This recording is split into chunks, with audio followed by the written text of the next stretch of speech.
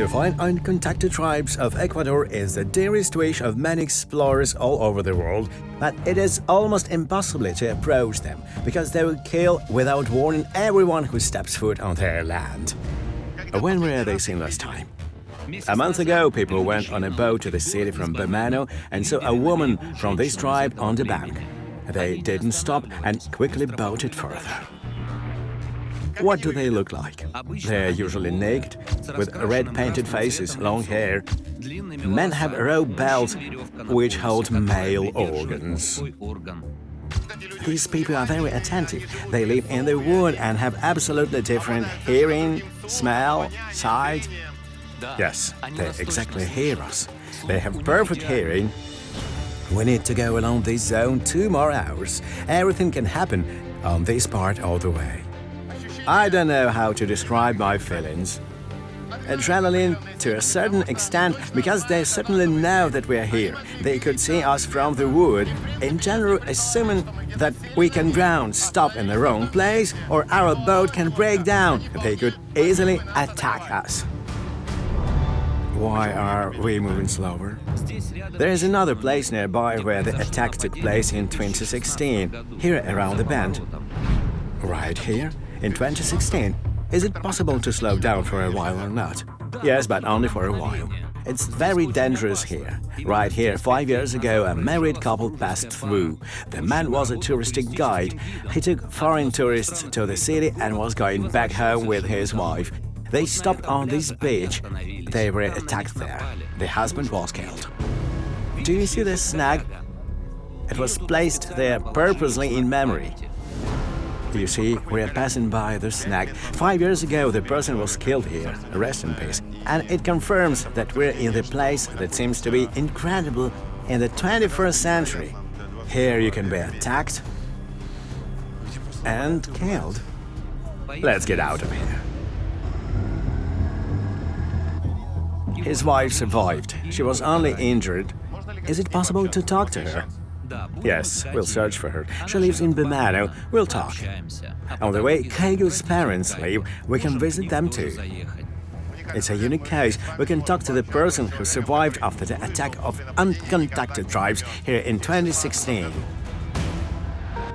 For me, it's a personal loss because the killed was not only my tribesman, he was my cousin. Your cousin?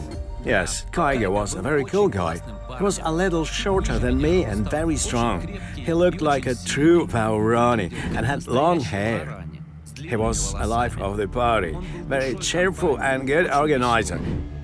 He did a lot for our community. Kaigo was 7 years older than me. When he was killed, he was 33. Sorry, it's difficult for me to tell about this.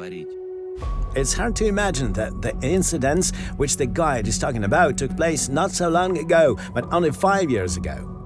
Miguel can't blink away his tears. It's scary to imagine that today a person can be speared in such cruel way only because he stayed in this place. And such murder can repeat anytime. After several hours, we leave the danger zone at least. We have mixed feelings. We are lucky as people, but unlucky as journalists. I hope to glimpse them to the bitter end, at least from a distance, and I don't give up this idea. So, friends, we've left the territory of uncontacted tribes. The Taga area left behind. I see that you have somehow winded down. Now you're simply sitting and looking. Here the river is getting wider. We're further from the bank. It's safer.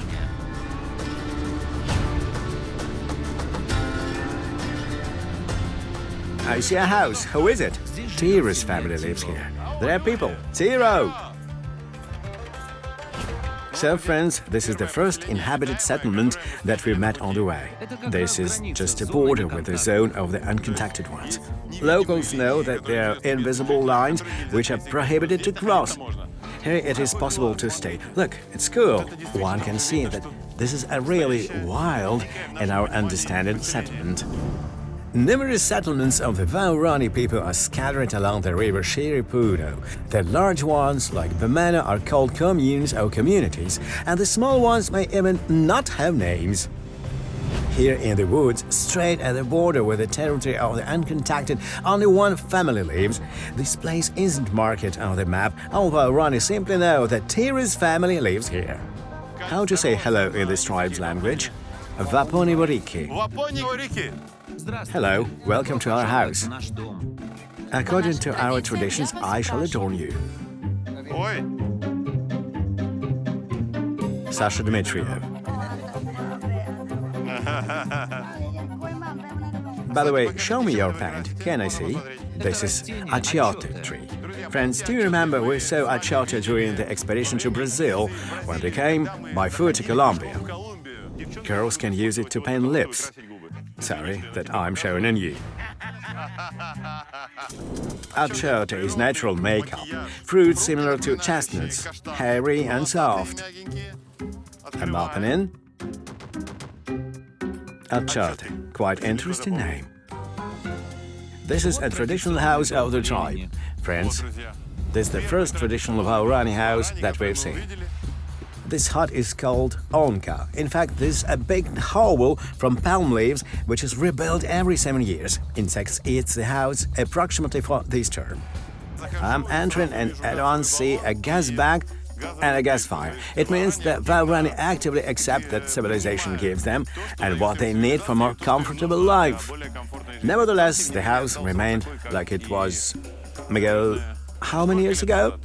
Such houses have been built since the beginning of time, then can be even bigger, up to 15 meters in length.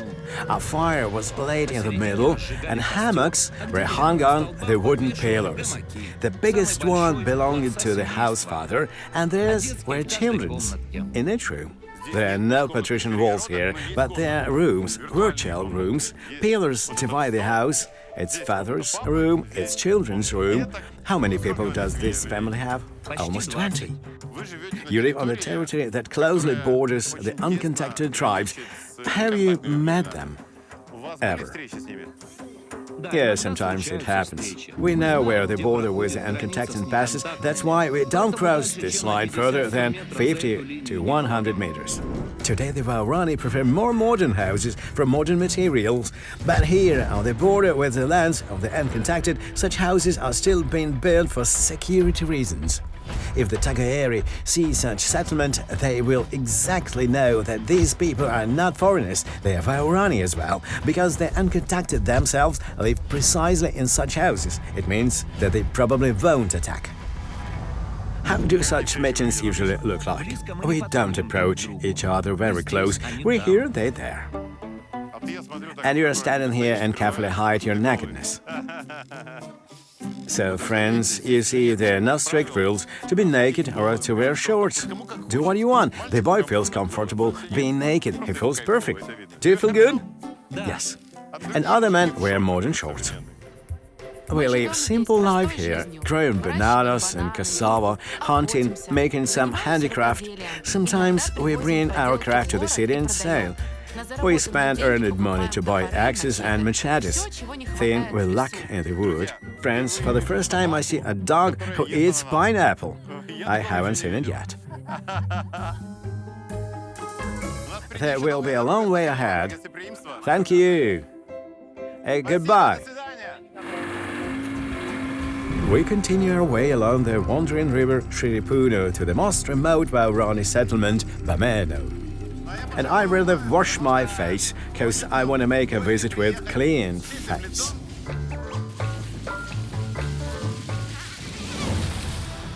You're right, rubbish must be gathered to take care about jungle. Do you see his reaction, how this man loves his home, his forest? He has seen a bag and cut it up, because the jungle must be protected. This bag will be decomposing 100 years.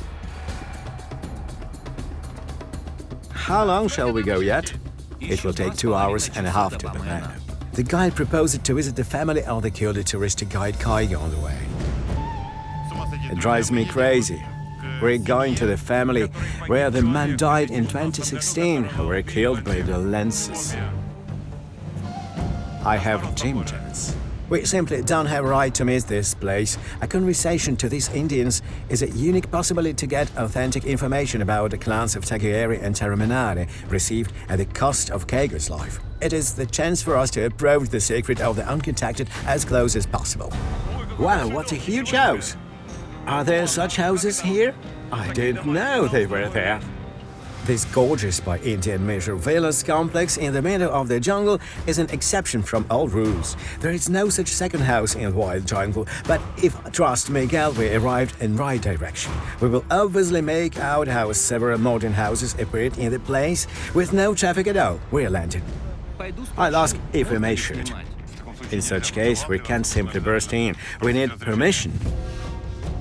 Is it okay?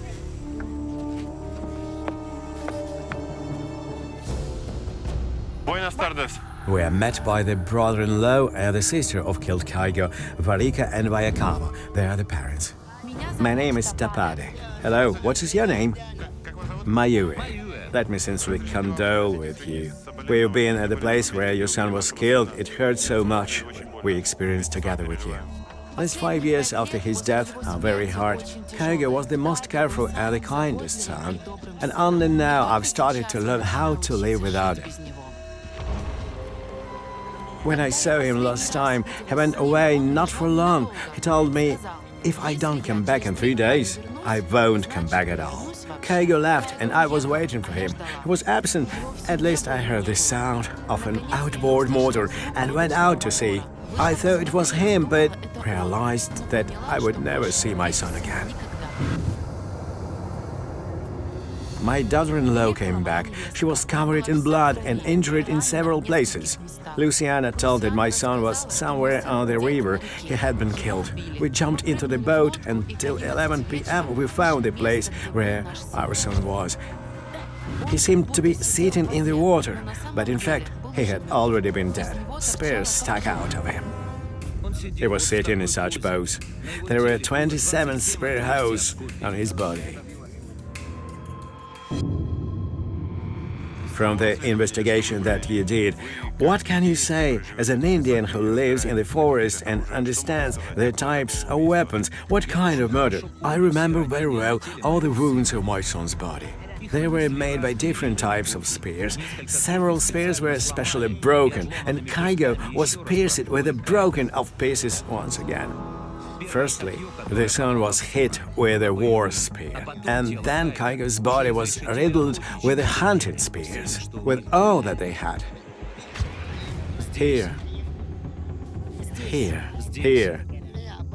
The war spear was very thick. Let me condole with you again. Probably it is very difficult to describe in words the feelings of the mother who saw her son in such... I don't have words. He was pierced through 27 times. Oh, the blood and liquid flowed through the hose from the spears, and it seemed that he was all somehow shrunken. His body looked withered. I still keep the spear which my son was killed with. Could you show it? He's bringing the spear. Excuse me, I'm even afraid to ask, is it the spear which killed your son? Yes, it was in the body of my Kaigo. It deepened up to this point, and when we are pulling it out, the bits of flesh left on the tip. Such spread heads are made to cause very severe damage. If it gets into the body, it will be impossible to get it out. It entered very deep, and that's how it came out on the other side of the body. The spear entered Luciana only to the first notch, so it was pulled out without mortal damage.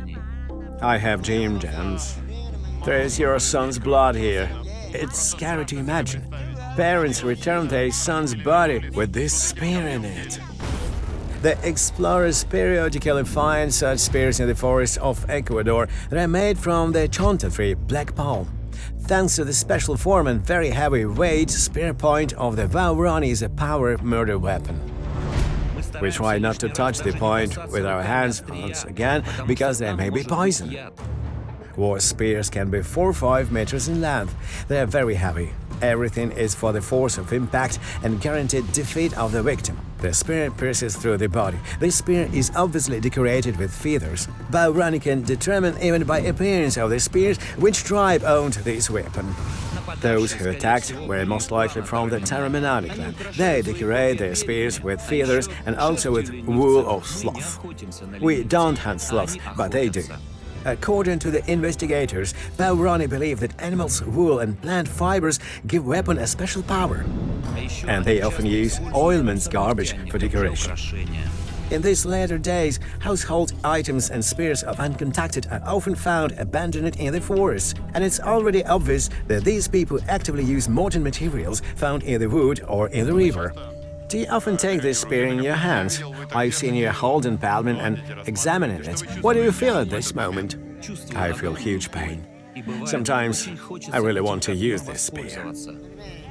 In our tribe, it's customary to keep the weapon which was used to kill your familiars in order to take revenge on the killer later. As soon as I saw my son and spears sticking out on him, I wanted to grab them all and to take revenge on the killers. But my children stopped me. I must keep living for them, but I keep the spear in memory of Kaigo. Except the spear, parents still have a few valuable relics. Kaigo liked to make such beads. They are from the fangs of a white boar. This is how men demonstrate their success in hunting. They make beads from the teeth of their prey. It's a symbol of status. Men put them on for the holidays and go to dance. Are you trying on if it suits me? When you put it on, all girls will be yours. I have a wife. Doesn't matter. If you cheat on her, you can say that's the necklace fault. I won't cheat on her in any case. Have you given it to me? Yes. Kaigo made this necklace about 2 months before the death. He hunted crocodiles, and these teeth belonged to his prey. Crocodile's teeth. Wow. If you promise to treat with respect, if you don't lose or break, we will give you even the necklace of crocodile's teeth in Kaigo's memory. If I take it, I promise that I will be the museum of the world inside out, which we gather little by little, and we will treat it with respect. But I'll ask again, are you sure that you are really to give it away? That it mustn't be kept here like a memory? It's a family relic. We didn't plan to give it away or sell it, but if it stays in the museum in future and many people see the necklace, then it will be more pleasant for Kaigo. What did Kaigo dream of? Kaigo wanted to develop tourism. Here he is showing the jungle to a foreigner. You can extract water from this tree in the forest, and Kaigo is teaching to drink from it. On this photo he's sitting with tourists. Is it here? Yes. Here's we showing tourists how to make clay pots. It's difficult to remember it. All that I want now is to sit like on this photo, together with my son. Frankly, I was ready to kill those people, to take revenge on them. But they're uncontacted, they hide. Do you really know how to find them? They live over here, in that part of the forest. When I was young, walking in those forests, I sometimes met them. But my parents asked never to go to them. Our clans were always enemies, and this large house was built for us by the state so that we don't take revenge on the uncontacted for the death of our son. In 2013, a real inter-clan war began. All media of Ecuador informed that contemporary Waorani massacred an entire village of an uncontacted tribe. It was revenge for the murder of the elders. Dozens of people died in the massacre. Then it became clear to everyone that all traditions were not forgotten. Understanding that the case with the killed Kaigo would provoke the same reaction and a real war with dozens of corpses would begin in the forest, the powers decided to appease the Indians with money. How much money were allocated then, Miguel? Approximately $180,000. The government really tried hard not to offend people. They built such giant residential complex. This house is probably 150 square meters. And there are 4 houses like this. That is, this complex is about 600 square meters. There's one more modern house there and there. So it's a cottage town in the middle of the jungle, and I even see the toilet. Is it a shower? Yes. Shower works, friends. Wow! Cool jungle. Your jungle is super modern. Your house impresses. It's concrete, high-grade, complete, huge, expensive house. It's fantastic. What a door. Oh my God, it's luxurious. Look, they're concrete columns, welded construction which hold the roof. It's not a makeshift shack. There's electricity, panoramic windows. So, by local standards, it's a real castle. What's in this room? The key is on the deck. I won't give you the key. You're always losing it.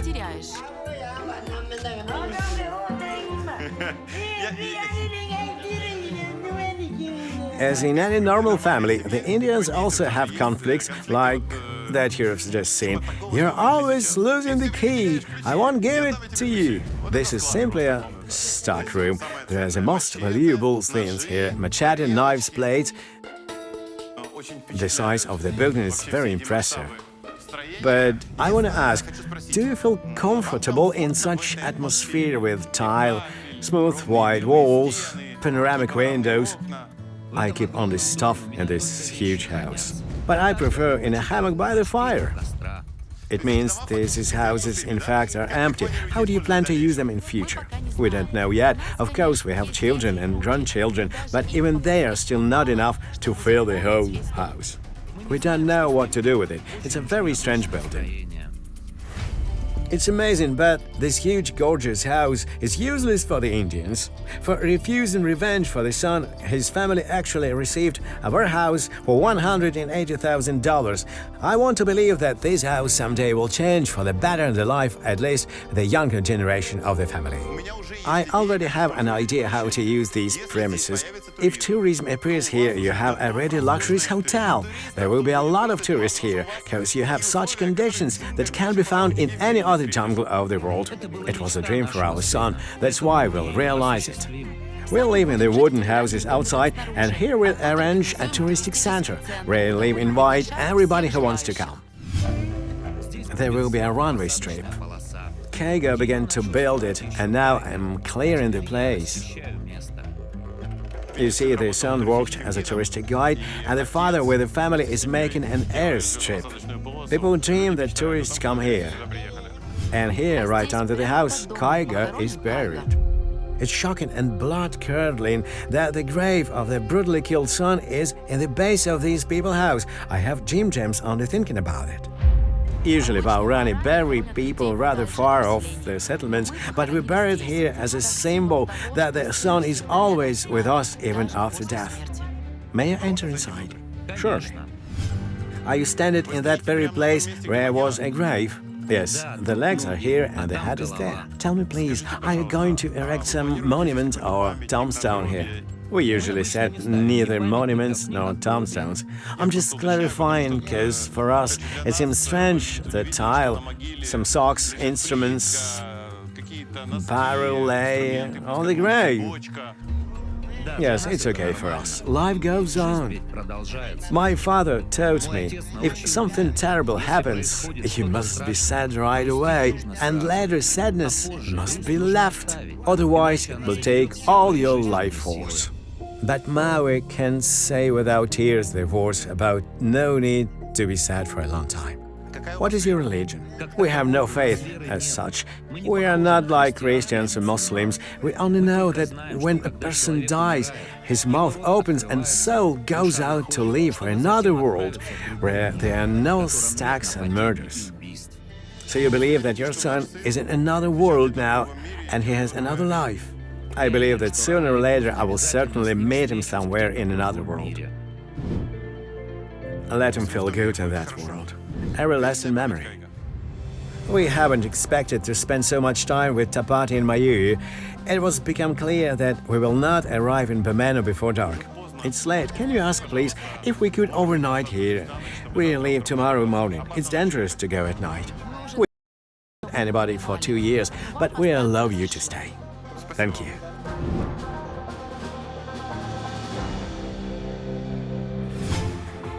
The next morning, Tapade and Mayue invited to join them for breakfast. You see how breakfast looks like. Water, bananas, potatoes have been mashed by hand. It is something like porridge. This dish is called chukula. Thank you. It's a sour goo. Frankly, to put it mildly, it's not to our taste. It looks like some kind of vomit. Sorry for this comparison. I'm drinking only to show respect and not to offend these people. After breakfast, Mayue is bragging about his wealth. Look, a homemade gun. That's how Indians do it. There is a common hunting cartridge, friends. Here's the striker. It works. It's made so easy. I'm Terminator. I see the second gun. That's it. You have such an arsenal. When food runs out at home, I go hunting. When food runs out at our homes, we go to shop. But for Waorani, shop is the jungle. What do you use more often today? Gun or spears? Both. This is for boar hunting. It's small and it's easy to throw it. A boar needs to be slaughtered quickly, otherwise it can attack and eat you. Very, very sharp. Among all these goods, there was also something modern. This is a radio station. We connect with other Waorani communities in such way. Can you talk to some Waorani now? Bameno, Bameno, Buanamo is calling. Bameno, do you hear me? Bameno, how is it heard? Radio check. The tribes organized the process of communication with each other in a very interesting way. It's actually very important to be in touch at least with each other and arrange help, inform if necessary. Miguel, what are you talking about now? In Bameno, people worry about where we are and why we didn't come yesterday. Mayue and Tapade answer that everything is okay. We stayed here overnight in Buanamo. Our friend has calmed them down. They've been worrying, haven't they? Of course they have. There is a dangerous site on the river. We thought about it and passed it. That's why everybody worried if we had passed this site. Do you know what really captivates me in your couple? I've been watching you for 2 days and I see how your wife gently strokes your hair, removes it from the ear when there's a possibility. It's a pleasure to watch that your relations with your wife are so warm. We got married when we were about 11 or 12. We've been living together all our lives. What is your secret? How to save such love? Adults taught us the main secret, not to be jealous, but live a full, open and cheerful life. Have you ever given rise to jealousy? Had anybody cheated? We feel good together, and we want to save our family. So even if somebody has cheated, we don't want to know about it. Really? Actually, friends, we all profess the same universal values. They are mutual respect, love, family. This is what unites us and helps to live, help in any situations, help to laugh when we feel glad, and helps to endure hard times in our life.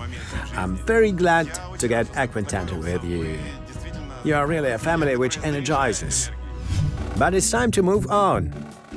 You've given me such a valuable present. I also want to leave you this beautiful wreath in memory of our meeting. And for you, I want to present something from my own collection. It's always in my backpack when I'm in jungle and in wild sites. It's a survival kit. There are many useful things here. Look, try to guess what it is. I don't know, some kinds of bits. If you need to cut down a tree, for example, let me show you. I take any stick, hold it tight. Take the ring. It's a saw. We like it very much. It's a useful thing. Thanks. If you need to kindle a fire in the forest and you don't have a lighter, there is a flint. It's almost like matches. If you are lost and can't find your beloved wife, it's heard far away. Then there is a flashlight. It is necessary in the jungle. Are you able to write? We can only paint. So you can draw something. It's a pen, but it is multifunctional. Its backside is like a spear. This is a small spear which can easily break glass. It's very hard and sharp. Thank you.